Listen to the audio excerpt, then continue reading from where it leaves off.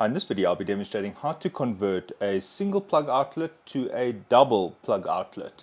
Right, the first step is to turn off your power. Right, in this unit there are two screws I need to remove. If you cannot locate any screws on your front faceplate of your plug outlet, just check if there are any panels that can be removed. For example, on this plug outlet there are no obvious screws, but if I turn this to the side, there's a space there where I can pull open this cover. Now when I remove this little plastic cover, there it gives me access to the screws. Now in this case, the faceplate and the whole unit is one piece. For the plug outlet I'm working with, I first have to remove the faceplate and then I'll get to the plug outlet. So over here, I just need to remove these two screws. Now these two screws are holding the plug outlet into the wall. Now I need to remove these two screws here. Notice that in this installation, these screws are quite long. They've also been cut, and I'll explain why they cut a little bit later. Now I can gently pull the plug outlet a little bit down. As a matter of precaution, I'm just going to make sure that there is no live wires here. I have my multimeter and it's set to voltage. Right, just inspecting the plug outlet, I can see the red wires coming into that side of the switch, and here are the neutral wires on the South African plug outlet. Now I'm going to take the one lead of my multimeter and touch it onto the terminal where the red wires are feeding into. And then I'm going to take my other lead and go to the black wires, and I can see my meter is telling me it's 0.9 volts. So there is no major live voltage here, and I can continue with this installation. The reason why I do this test, even though I've disconnected the mains, is because in many houses they have UPSs or solar installations, and you might find some of the plugs are still on even though your earth leakage is down. Right, I'm going to be installing this plug outlet, but I'll also demonstrate what to do if you have one that looks like this. Now my first step is to remove the wires. So I'm going to remove the earth wire over here. I know it's an earth wire, firstly because it is green, secondly because it is touching the chassis of the plug outlet. Now I can remove the black wires. Notice there are two black wires. In your installation you might find there's only one. The reason why there are two here is one of these black wires is coming from the supply and one is going to another plug outlet nearby. So what they've done is they've daisy chained plugs, meaning they've connected one plug and then a little bit further down another plug. That is why there are two neutrals and two lives. Now in order to unscrew the neutral, there's a screw on the side there, and I unscrew it. It is a flat. Yours might be a star, and I can pull out the neutral. If yours come apart like that, it's fine. We can just connect them together just now. Now I just need to remove the live wires on this side. This is the back of my new plug outlet. Now I know that is the live because there's an L imprinted over there. There is the earth sitting over there, and there is the neutral. Notice that this is different from the one that I've removed. The one I removed has the neutral on the side there, and the live feeds directly into the switch. The earth is connected directly to the chassis. Your plug outlet might look like this. Then you will wire your neutral there because it says N. Your live will go there on the side of the switch, and there will be your earth point. On this brand of plug outlets, if I show you at the back here, we're only connecting the three wires here directly to the outlet. There is the neutral, there is the earth, and there is the live. L for live, N for neutral, earth is over there. Now before I install the new plug, I just need to inspect the wires. The earth wire is a little bit short. So what I need to do is just remove a little bit of this insulation. Right, so I've just removed a little bit of the insulation, but notice there's a few strays here which I don't want. So what I'm going to do is I'm going to take my pliers and just twist this a little bit, and the offcuts at the bottom here I'm just going to remove. Right, so the earth wire is ready to be inserted into the plug outlet. Now I need to do an assessment to see how deep that wire needs to be placed. Now notice that the green insulation is right to the edge there. What I'm saying is that I do not want it to be sitting like that. I don't want any of the wire exposed. The same goes for the live. Notice that that is too long. I can't have any of the exposed copper showing itself on the outside there. So I need to size the wire according to the hole here. But I also don't want it too short, because if it is too short and I put it in here, what happens is the terminals close and it closes onto the insulation rather than the wire. So I need to make sure that I expose enough for the terminals to close on the wire only and not onto the insulation. But I also do not want the wire exposed on the outside of the terminal. Right, for this plug outlet, I've worked out that 11 millimeters of exposed copper is correct. Each plug outlet is different. Some only need 8 millimeters, some need more. Right, so these two wires need to be twisted together.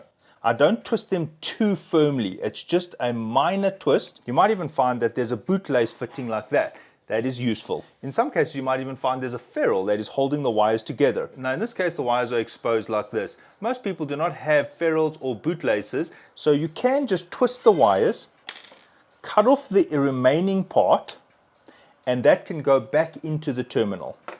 I'm happy with the live and the earth. Just having a look at the neutral, I can see that it's missing some of its strands. One of the problems from twisting is that sometimes the strands break off. Now, I'm not allowed to simply twist that. I have to expose more copper because all the strands have to be present at the termination. So in this case, I'm going to expose some of the copper using a wire stripper going about 12 millimeters in, and I twist and pull to get the remaining copper to show itself. Not everyone has wire strippers and they use side cutters to expose the copper. Just be very careful of cutting into the copper. For example, I'm removing the insulation, but I have nicked the copper. Let me show you what I'm talking about. If you look closely, you might see there are indentations in that copper. When there's a nick in the copper, if I just move it, bend it once, twice, and there it just pops right off, and that weakens the current carrying capacity of the wire. If you do need to expose the copper using side cutters, don't cut through the insulation, just make an impression. There I have just made an impression, and by bending it I actually tear it. Look at that, I'm actually tearing it, and now I can pull the insulation off rather than cutting it off. So now I can take my side cutters and pull it or tear it rather than cut it off. I'm just twisting the two neutrals together, just 3 turns, 1, 2, and 3. That is it. I don't want to turn it too much, it tears the copper. Now I just cut off the pigtails. Just a note, when twisting the wires, be careful of grabbing it very firmly because it can also nick the wires. Right, now it's time to wire the plug outlet. My advice is to get the orientation correct, because if you wire it like this without checking, then when you put it here, you might need to flip it, and that would mean flipping these wires, which I don't want to do. Now in this case, this also has a faceplate, so I need to remove the faceplate to get just the outlet. If yours look like this, then you would wire it directly into the outlet, you would insert this here, there go your screws, and then you'll put the cover on. But because mine has a faceplate, I need to remove the faceplate at this point. Right, so now I can wire up my wires in the back there. When wiring it, just make sure that these mouths are completely open. We don't want some wire getting in the back and some in the middle. So I'm starting with the neutral and I've opened that fully. Right, now I have an earth connection over there, and lastly my live. Now even though I've tightened these, go back and tighten them one more time. What happens is the copper seats and then it allows you to tighten it further. Right, I make sure there is no exposed copper. I also make sure that the screw or clamp is fastening down on the wire and not on the insulator. Right, now it's time to feed this back in the wall. In some houses you might find you have these fittings. Just be careful because there are sharp edges here. Careful for fingers, but also careful for the wire being pressed up against any sharp edges. So what I'm doing here is I'm making sure that the wires feed in nicely, but also I don't want the wires to be in the way of the screws, which are going to sit there and there. In some cases there'll be all 4. So earlier I showed these long screws, sometimes they're even longer, and in this case somebody has cut them, which is good. The reason why is because we don't want these screws to screw into the wire. Remember that this is earth, and if I screw into the wire, it's like a short circuit. So I'm looking out for these screw posts, which is there, and inside there. Now in the original plug outlet which I removed, they had only screwed in there and there, so I'm going to do the same. However, if you have additional screws, best practice is to screw it in the 4 places. Now unfortunately this plug outlet is a bit wider, so what's happening here is if I try and press this in, it's not flush against the wall. Looking at the original, it has a much smaller footprint. So in this case, I've got some cement that is in the way here. Now I do not want to crack the tiles, so I just need to gently tap out some of this additional cement. You could use a screwdriver and hammer and gently tap it out, or a punch. So I'm gently tapping out the cement which is in the way.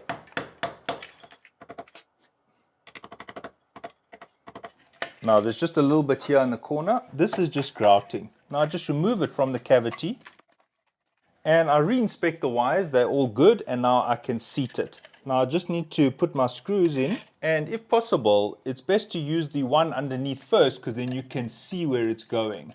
I can see the one is feeding in nicely, and I just need to get the one on the top right. The best is if you can align the faceplate and then screw it in.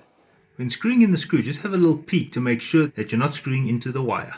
Now I just got an opportunity to wipe here, so I'm just going to do that quickly so that when I put the faceplate over it, there's no dirt showing from underneath. Now I'm just using a spirit level to make sure that this is level. Now on some walls you might find it's uneven. It's not helpful to make these very tight if your wall is uneven, because it deforms the enclosure.